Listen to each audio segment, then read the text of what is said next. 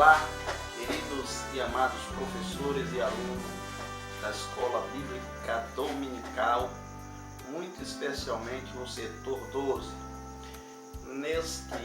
Nesta feita teremos a participação do professor Fernando, que estará nos trazendo o resumo desta lição da Escola Bíblica Dominical.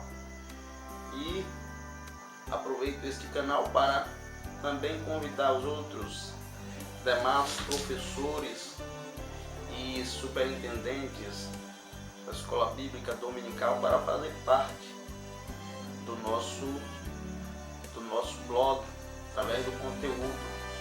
E também, se quiser participar através de vídeo, nos procure ali em Jardim Centenário, sede do setor 12, para assim estar combinando a hora e o local melhor, para assim você estar fazendo o seu vídeo e nós estarmos postando para dar suporte aos demais professores.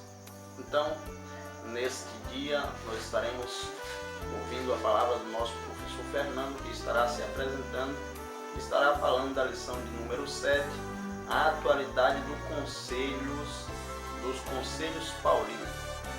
Que Deus abençoe o nosso irmão Fernando, professor da classe da mocidade, e ouvimos o nosso irmão Fernando em nome de Jesus.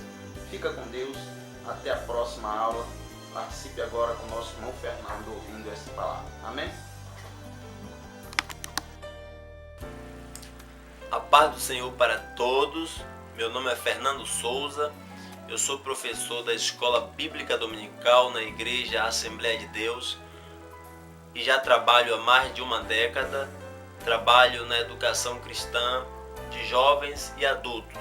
E dessa feita eu fui convidado pela superintendência da EBD local para trazer o resumo da lição de número 7 do dia 18 de agosto de 2013. O título da lição é A Atualidade dos Conselhos Paulinos. O nosso comentarista é o nosso querido pastor Elienay Cabral. Ele toma como base o texto de capítulo 3 de Filipenses, versículo 1 ao versículo 10. Ele dividiu a lição didaticamente em 3 grandes tópicos. O primeiro tópico vem como título A Alegria do Senhor. O segundo tópico fala sobre a tríplice advertência contra os inimigos. E o terceiro tópico, a verdadeira circuncisão cristã. Nesse primeiro tópico, a ideia central, a ideia utilizada é descrever a preocupação de Paulo concernente à alegria, ao regozijo espiritual que os irmãos de Filipos, que os filipenses deveriam ter e que deveriam sentir pelo fato de servir a Cristo, pelo fato de ter uma fé inabalável, pelo fato de serem pertencentes a um reino celestial. E na verdade Paulo estava preso em Roma. Ele queria admoestar aqueles irmãos, ele queria exortar aqueles irmãos, e assim o fez, no sentido de não se deixarem esmorecer pela circunstância, não se deixarem entristecer, mas levantar a cabeça e se regozijar sempre. Se regozijar sempre por quê? Porque a alegria que nos motiva, a ter uma vida de fé, não é vinda, ela não é originária das circunstâncias externas, do contexto externo. Ela não vem do contexto político, nem do contexto financeiro econômico, nem do contexto social, muito menos do contexto religioso a qual nós estamos vivendo, ou a qual aqueles irmãos lá de Filipos estavam vivendo. Na verdade, a alegria vem do Espírito Santo de Deus agindo dentro de nosso coração. E Paulo, ele sabia que aqueles irmãos poderiam se desanimar em meio ao sofrimento. E por isso ele diz: irmãos, resta dizer a vocês uma coisa.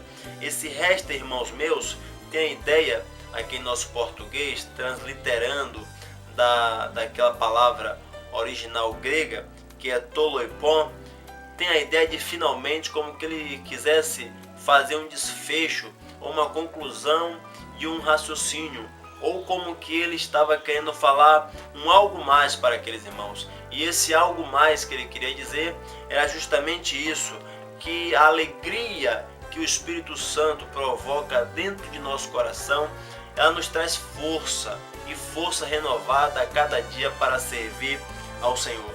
Aqueles irmãos estavam enfrentando algumas dificuldades na igreja, mas isso não deveria desanimá-los. Para o apóstolo que se encontrava na prisão, a alegria do Senhor era como um precioso consolo, capaz de trazer descanso e quietude para a sua alma. Assim diz nosso pastor Elienay Cabral. No segundo tópico, ele fala sobre a tríplice advertência contra os inimigos. Nesse texto, nós vamos encontrar Paulo sendo hostil nas suas colocações contra 3 inimigos. Primeiro, são os cães. Ele diz: guardai-vos dos cães. E quem eram esses cães? Esses cães, para Paulo, metaforicamente falando, eram os maus obreiros, porque eles agiam ferozmente contra a igreja de Deus, no sentido de exterminá-la, no sentido de prejudicá-la, no sentido de abalar a sua estrutura. E Paulo, de uma forma muito zelosa, admoesta aqueles irmãos que se guardassem desses cães, desses maus obreiros, porque estes acreditavam e ensinavam que os gentios deviam obedecer a todas as leis judaicas. Na verdade, tratava-se de um fardo meramente legalista, ao qual eles divulgavam, ensinavam, pregavam, mas não queriam nem com o dedo movê-los, como também já tinha dito Jesus quando ainda estavam entre os seus. O segundo inimigo também que ele aponta aqui são os maus obreiros. Esses maus obreiros, eles se aproveitavam quando da ausência de Paulo, ou dos obreiros responsáveis na igreja, para ensinar falsas doutrinas àqueles irmãos. Eles ensinavam, por exemplo, sobre a circuncisão, como que a circuncisão, que já era um fato passado para aqueles que estavam em Cristo e portanto eram novas criaturas, eles ensinavam que era uma cerimônia necessária, mas na verdade já não era mais, porque quem está em Cristo, nova criatura é, as coisas velhas se passaram e tudo se fez novo, assim diz a palavra de Deus. E o terceiro inimigo é justamente a circuncisão, porque na verdade eles queriam impor a circuncisão para aqueles irmãos. E na verdade, para Paulo, que também era circuncidado, porque Paulo foi judeu, para Paulo a verdadeira circuncisão é aquela que é do coração. Na época da graça, o ritual da circuncisão, tal como era feito em Israel, perde o seu sentido, porque era um ritual feito na carne. Ao 8º dia de nascido, a criança do sexo masculino era levado para ser retirada a parte do seu prepúcio, que era aquela pele que encobria o seu órgão masculino. Isso era um ritual feito na carne, para que ficasse estabelecido, para que ficasse confirmado um pacto daquele ser humano que estava sendo circuncidado com o Deus de Israel. Depois que Jesus vem e leva nosso pecado na cruz, a circuncisão perde o seu sentido, porque na verdade, na era da graça, é o nosso coração, é dentro do nosso coração que o Espírito de Deus habita e que o Espírito Santo de Deus faz morada. O nosso coração é que deve estar circuncidado por Deus. É dentro dele que deve ter aliança, que deve ter o pacto, a reverência, o temor a Deus, e não meramente uma marca na carne. No terceiro tópico, nosso comentarista fala sobre a verdadeira circuncisão cristã, que nada mais é do que aumentar o esclarecimento de tudo isso que eu já falei. E ele começa dizendo isso, que no Antigo Testamento não se passava de um ritual. Era um ritual feito por todo judeu, Todo judeu nascido lá, que fosse do sexo masculino, ele era obrigado a fazer o ritual, a cerimônia da circuncisão, para que ele estabelecesse aquele pacto, aquele concerto com o Deus de Israel, como eu já falei. Mas na verdade, a verdadeira circuncisão, segundo Paulo, ela não deixa marcas físicas, mas ela deixa marcas, sim, profundas e no coração. Deus, mesmo no Antigo Testamento, ele disse ao seu povo: eu vou tirar de vocês o coração de pedra e vou colocar um coração de carne. Ele também disse através dos seus servos que nós somos a sua morada, a sua habitação. Deus não precisa mais aliás, nunca precisou de rituais, de cerimônias.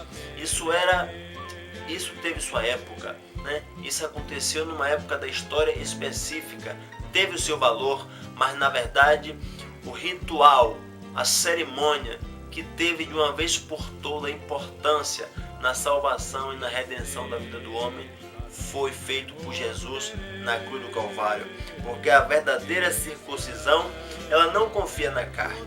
E olha que Paulo, ele poderia se gloriar muito, porque ele era um homem circuncidado, ele era um homem que tinha vivido no judaísmo, mas ele mesmo disse que tudo aquilo que ele considerava lucro, ele fez perda por amor de Cristo.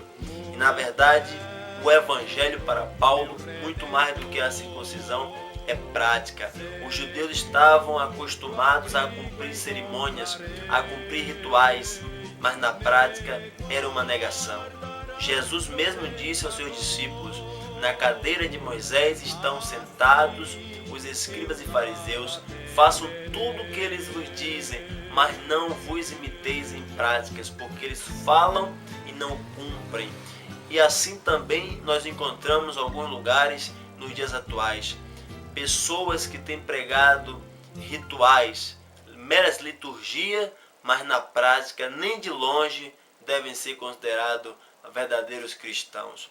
Na verdade, evangelho é um estilo de vida. Na verdade, o evangelho é para ser vivido, é para ser sentido e não para ser cumprido em formalidade. Deus em Cristo